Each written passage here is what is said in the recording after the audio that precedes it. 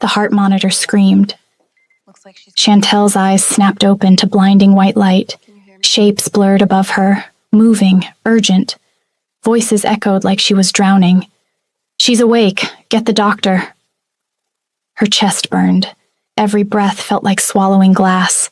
She tried to sit up, but pain exploded through her ribs. "Easy, Miss Collins. Don't move." A doctor's face came into focus. Middle-aged, kind eyes, concern etched into every line. "You're in Seoul General Hospital. You were hit by a car 5 days ago." 5 days? Chantel's mind spun. The last thing she remembered was nothing. Blank. Terror clawed at her throat. "Can you tell me your name?" the doctor asked gently. Chantel Collins." Her voice cracked, throat raw. "Good. Very good. What year is it?" She told him. He nodded, scribbling notes. "Do you remember the accident?" She closed her eyes, searching. Empty. "No, I don't remember." "That's normal with head trauma. What's the last thing you do remember?" Images flickered. A cafe. Steam from an espresso machine. Wiping down tables. A man with soft features and warm eyes walking in with flowers. His gentle smile. "I was working at a cafe in Gangnam. There was a man who came by sometimes. Juno." She smiled despite the pain. "He brought me flowers. He was kind." The doctor's expression shifted. He exchanged glances with the nurse.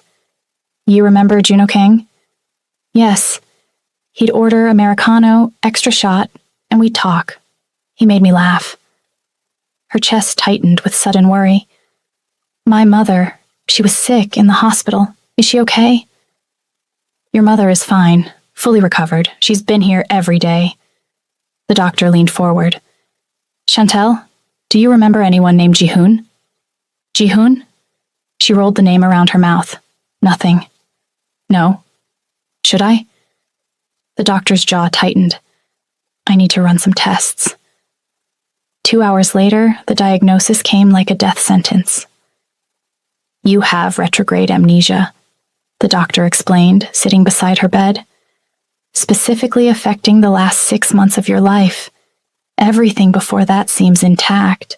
Your childhood, your mother, your job, meeting Juno 7 months ago. But not the last 6 months. Your brain experienced severe trauma. Sometimes it protects itself by blocking painful or overwhelming memories. They may return naturally over time, or they may not." He paused. "We can't force them. Attempting to could cause serious psychological damage. 6 months. Gone. Just erased. What happened in those 6 months?" Her voice barely whispered. "That's not for me to say, but there are people who can help you understand when you're ready." The door burst open. Her mother rushed in, tears streaming down her face. "Baby girl. Oh, my baby. Mom." Chantel sobbed as her mother carefully wrapped her in trembling arms.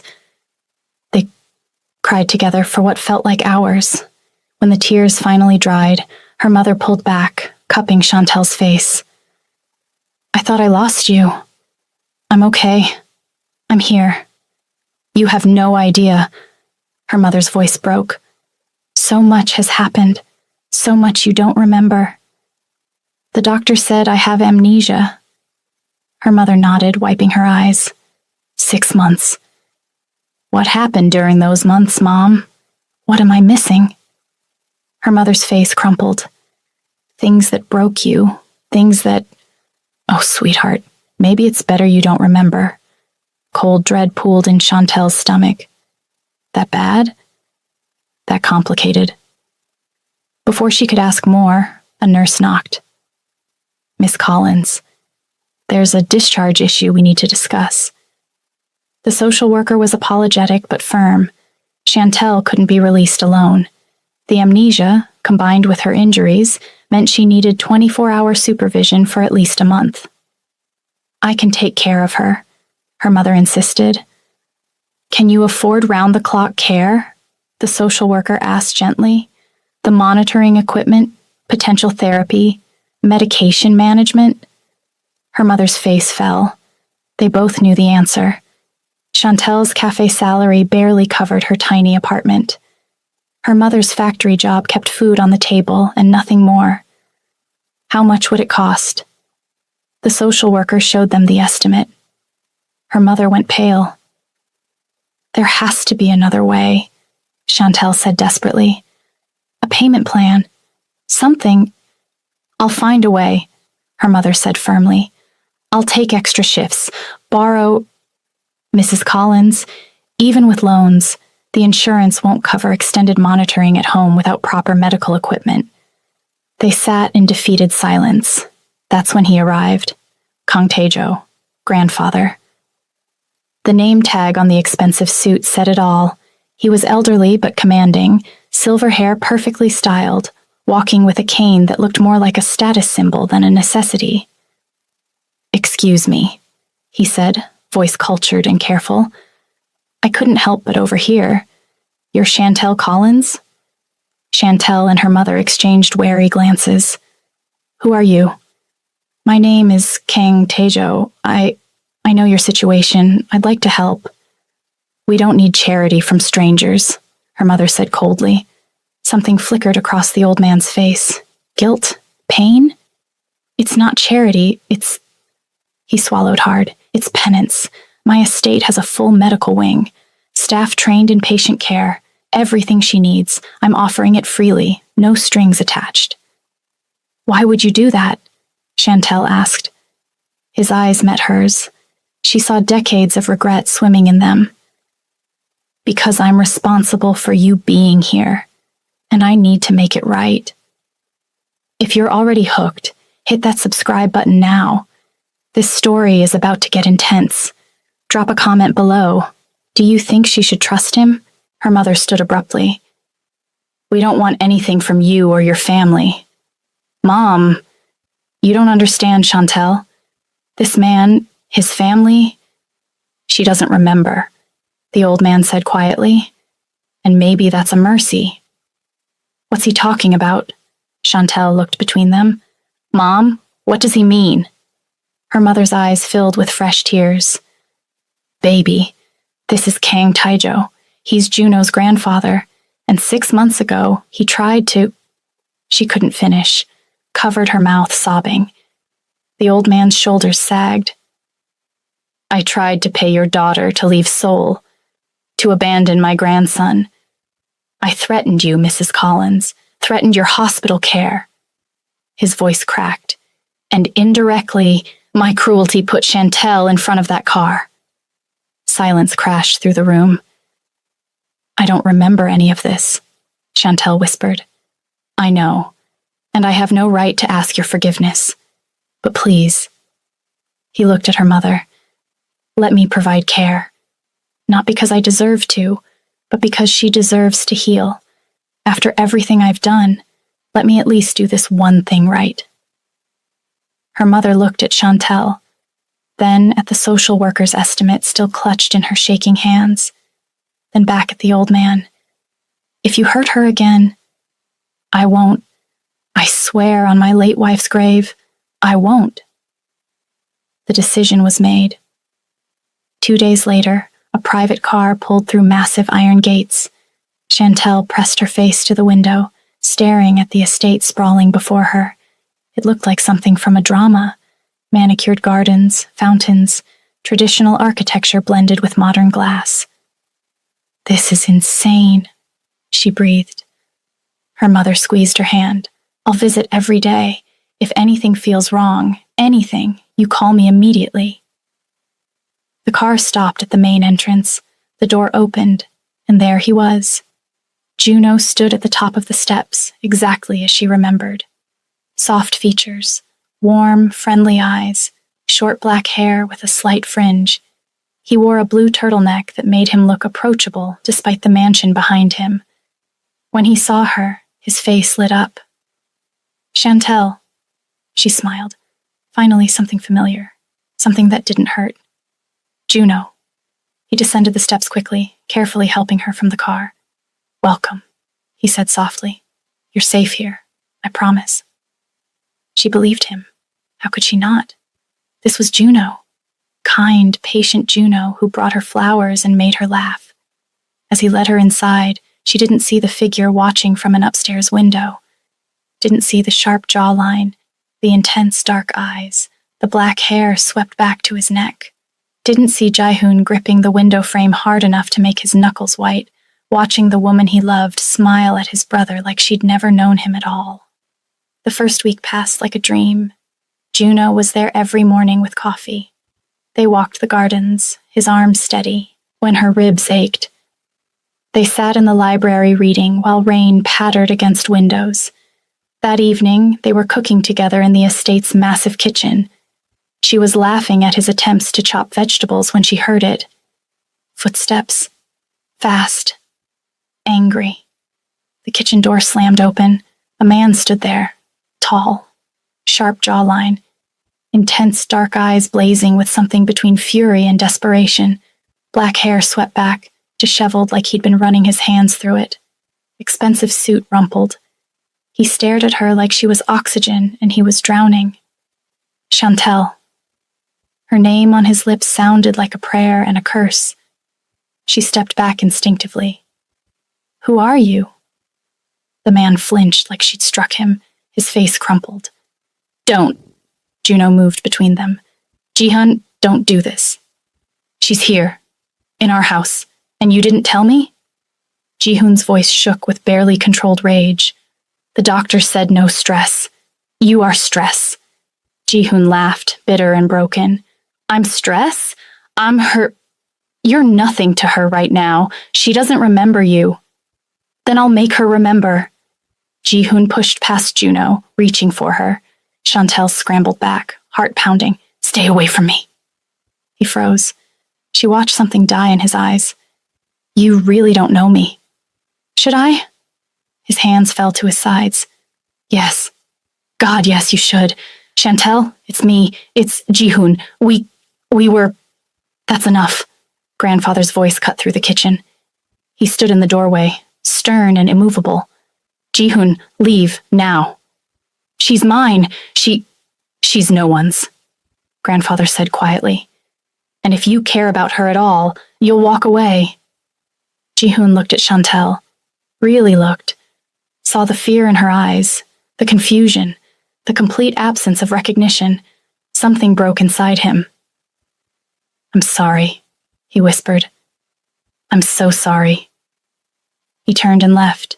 They heard him stumble in the hallway, heard what might have been a sob. Chantel's hands shook. Juno was there immediately, wrapping her in his arms.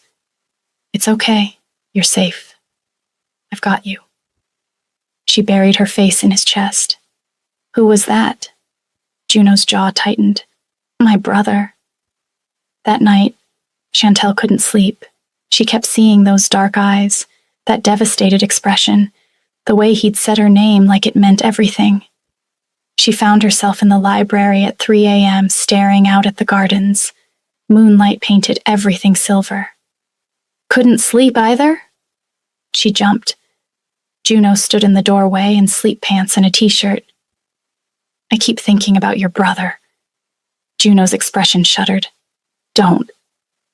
Why did he look at me like that? Like I broke his heart? Juno sighed, sitting beside her. Because you did. What? You and Ji-hoon? 6 months ago, you were together. In love. Or at least, you thought you were. Chantel's world tilted. I was dating him? Yes. But I don't remember him at all. I only remember you. I know. Tell me what happened. Juno was quiet for a long time. Grandfather didn't approve. You're American, not from wealth. He tried to pay you to leave. And you... He paused. You took the money. What? He threatened your mother's treatment. You were desperate and scared. You took 50 million won to leave Seoul. Chantel felt sick. I took money to break up with him? But you came back. You tried to explain. Ji-hoon didn't believe you. He called you a gold digger, compared you to our mother, which for him is the worst insult imaginable. He said terrible things, destroyed you. Juno's voice hardened. You were heartbroken, walking to work, crying, not paying attention. That's when the car hit you. She processed this. None of it felt real. So your brother broke my heart so badly I walked into traffic? Yes. And now I don't remember any of it. Maybe that's better, Juno said softly. Maybe this is a second chance to be happy without all that pain. She looked at him, really looked. With you? If you want. Did she want that? Juno was kind, safe, warm. Everything felt easy with him. But why did Jihoon's broken expression keep haunting her? The next night, it happened again. Chantel was reading in bed when she heard it. Small rocks hitting her window. She pulled back the curtain. Jihoon stood in the garden below. Even from this distance, she could see he was drunk, swaying, lost. Chantel, he shouted up at her. Please, just remember us, remember what we had. Her door burst open. Juno stormed past her to the window. You need to leave, he yelled down. You're scaring her. She's mine, Juno. She's not yours. You can't just take her because she doesn't remember. She's not property. She's a person. And right now, that person doesn't even know who you are. Jihoon stumbled, nearly fell. I can't breathe without her. Do you understand? Every day she looks at me like a stranger is killing me. Then stay away. Let her heal. So you can have her? So you can steal what's mine? Chantel stepped back, shocked. The brothers stared at each other. 25 years of resentment crystallizing in one moment. You think I stole her from you? Jihoon's laugh was ugly. You think I don't know you've wanted everything I have since we were kids? That's not fair. Nothing's fair. Nothing's been fair since the day Mom died saving you. Silence crashed down. Juno's face went white. That's what you really think? After all these years? Yes, I've always thought it. You took her from me and now you're taking Chantel. Mom didn't get taken. She chose to save me. I was 8 years old, Jihoon. What was I supposed to do? Refuse to be saved? Jihoon sank to his knees in the grass. I know. God, I know. But I've hated you anyway. For 20 years, I've hated you for being the one she loved more. She didn't love me more. She loved us both. Then why did she save you? Because I was closest to the car. Because in that split second, she had time to push one of us. Juno was crying now. Do you think I don't carry that guilt every day? Do you think I don't wonder why I got to live when she had to die? Jihoon looked up at his brother. I'm sorry. I'm so sorry. You were just a kid, and I made you my enemy when you were just my little brother who lost his mom, too. Juno came down the stairs, out into the garden, knelt beside Jihoon in the grass. I missed you, Juno said. Even when you hated me, I missed my brother. They embraced, 2 grown men crying like the boys they'd been when their world shattered. Chantel watched from the window, tears streaming down her face. Grandfather stood in the hallway behind her, also crying. 20 years, he whispered. 20 years of watching them hurt each other. The brothers stayed there for a long time. When they finally pulled apart, Jihoon spoke. If she chooses you, I'll be happy for you. I mean it. And if she chooses you, I'll stand beside you at your wedding. She doesn't even remember me, Juno. How can she choose me? Maybe she will. Maybe she won't. But we'll be brothers either way. That ends today. The hatred ends today. Jihoon nodded, squeezed his brother's shoulder, then left without looking up at Chantel's window again. The following days were strange. Chantel found herself distracted, thinking about Jihoon, about the pain in his eyes, about what Juno had told her. Then the memory triggers started. First, it was a smell. She walked past grandfather's study and caught the scent of expensive cologne. Suddenly, she was somewhere else, an airport, that same scent surrounding her, strong arms holding her, a voice against her ear. "Don't go. Please don't go." She gasped, grabbed the wall. The flash was gone as quickly as it came. "What was that?" she whispered. The next week, it was a sound. Juno was playing music during dinner, a Korean pop song. The moment it started, her vision blurred. She was at a night market. Lights, laughter, street food, someone feeding her. "You have sauce on your nose?" She couldn't see his face, but felt overwhelming joy. The song ended. The memory vanished. She was crying and didn't know why. "Chantel?" Juno touched her hand. "What's wrong?" "I don't know. That song. I think I remember something." Juno's expression flickered. Fear? Guilt? "What do you remember?" "I'm not sure. Someone at a night market. It felt happy." She didn't see Juno's hands clench beneath the table. The third trigger was touch.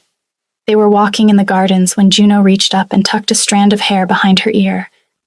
The world exploded. A different hand, longer fingers, the same gesture, a voice, deep and warm. "I love making you blush." Sharp jawline, intense eyes, black hair. "Ji-hoon." She jerked back from Juno like she'd been burned. "Chantel? Your hand. Someone else." She pressed her palms to her temples. "I can't see his face, but I know him. I know that feeling. Maybe we should go inside." "No." She grabbed his arm. "Tell me the truth. All of it. What happened between me and your brother?" Juno's face paled. "I already told you." "Tell me again. Everything. And don't leave anything out because you're trying to protect me." So he did. He told her about Ji-hoon charming her, falling for her hard and fast. About their whirlwind romance, the apartment he'd bought her, his mother's necklace he'd given her. About grandfather's bribe, the video footage, the fight, the words that couldn't be taken back. He told you that you were just like his mother, that you'd used him for his money, that he never wanted to see you again. Chantel felt the pain even without the memories. And I believed him. He was so convincing, so cold. You tried to explain, but he wouldn't listen. You left the apartment, left his mother's necklace, left everything. You were walking to work 3 weeks later, crying, not paying attention. Juno's voice broke. The car came out of nowhere. She sat down on a garden bench, head spinning. "Why didn't you tell me when I first woke up?" "The doctor said forcing memories could cause psychological damage. I was trying to protect you." "Or trying to keep me for yourself?" Juno flinched. "That's not fair." "Chantel, I need to be alone." She walked back to the house, leaving Juno in the gardens.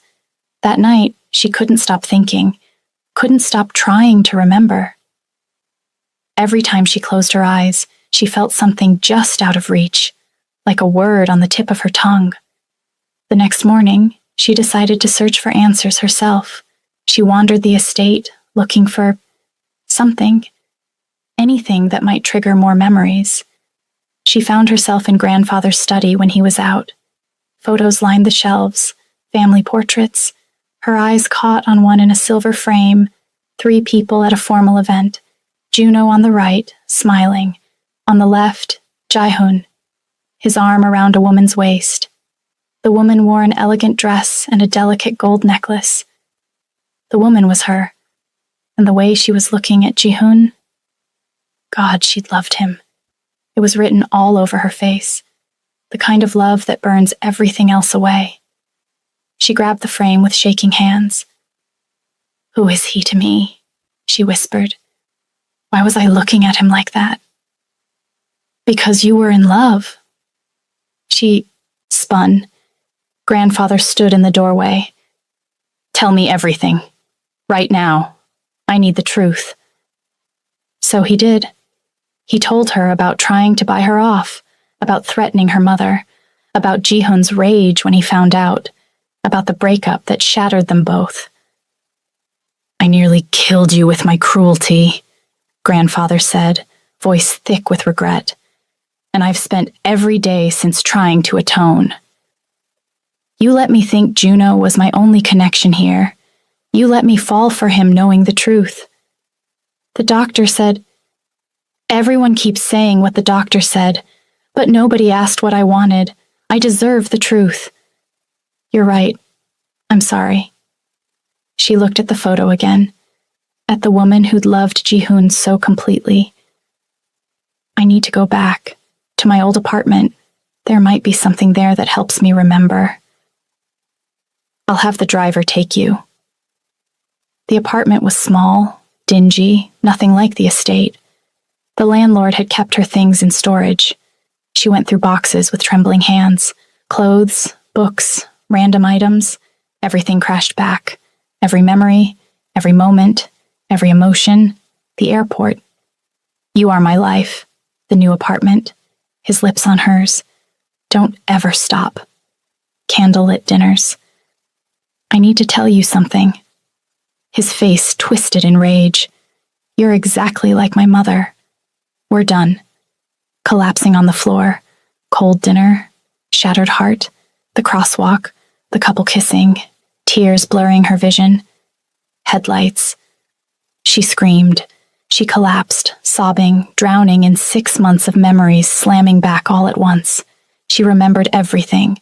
The love, the betrayal, the pain, and worst of all, she remembered the last month. Falling for Juno while loving Jihoon. 2 competing realities warring in her mind. Who was she? The woman who'd loved Jihoon? Or the woman who'd found comfort with Juno? The landlord called Juno. He came immediately, found her curled up on the floor, rocking back and forth. "I remember," she whispered. "I remember everything." Juno's face went white. "Chantel, you knew. You let me fall for you knowing I'd loved him first."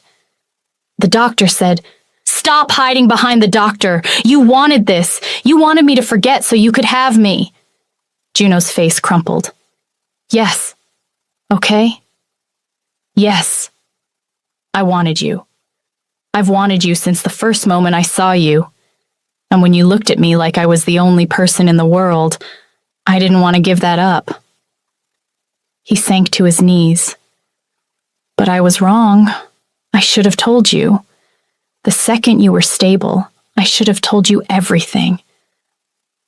You're supposed to be the good brother, the kind one, the one who never hurts people. I'm not good. I'm just better at hiding my selfishness." She looked at him, really looked, saw the guilt eating him alive. I can't think right now. My head is screaming. I need time." "Take all the time you need." "Alone, Juno. I need time. Alone." She saw the heartbreak on his face, watched him realize he'd lost her. "I understand," he said quietly. "For what it's worth, I do love you, genuinely, not just because you were his first." "I know. That's what makes this so hard." On the 4th day, a package arrived. Inside was a stack of letters, all addressed to her, all in Jihoon's handwriting. She opened the first one. "Chantel, I'm in therapy. My therapist asked me to write down what I learned today. I learned I have abandonment issues stemming from my mother's death. I learned I project those fears onto people I love. I learned I destroyed the best thing in my life because I was too broken to believe I deserved you." She read them all, 20 letters, each one showing growth, change, real, painful change. The last one was dated 2 days ago. "I don't deserve another chance. I know that. But I've spent every day since the accident becoming someone worthy of your forgiveness. I reconciled with Juno. We cried together and healed 20 years of wounds. I started a foundation that helps families with medical bills. Every person I help, I think of your mother. I go to therapy twice a week. I journal. I'm learning to trust. to believe that people can love me without ulterior motives. I'm becoming the man you thought I was. Not for you. You owe me nothing. But for myself, because you made me want to be better. Be happy, Chantel, with or without me. You deserve the world. She sat with the letters for hours. That night, she asked both brothers to meet her in the gardens at sunset. They came separately, stood apart, both looking terrified. She walked between them, took a breath, turned to Juno first. You saved me, she said. When I was shattered, you put me back together piece by piece. You loved me patiently, without conditions, without demands. She saw hope flickering in his eyes. You are everything good and kind and safe in this world, and I will love you forever for that.